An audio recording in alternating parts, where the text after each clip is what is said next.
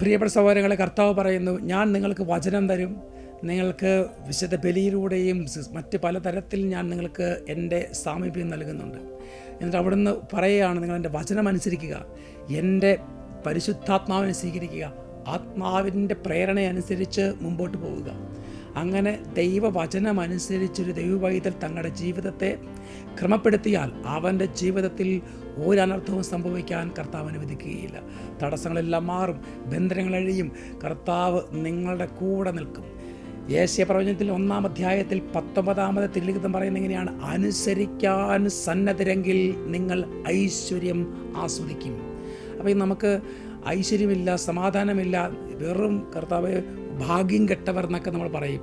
എന്നാൽ കർത്താവ് പറയുന്നു, നീ എൻ്റെ വചനമനുസരിച്ചാൽ ഐശ്വര്യം ആസ്വദിക്കും.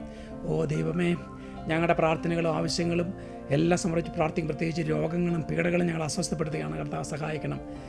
ഓരോരുത്തരെയും കർത്താവ് അനുഗ്രഹിക്കുന്നു, ഇപ്പോഴും എപ്പോഴും എന്നേക്കും. ആമേൻ.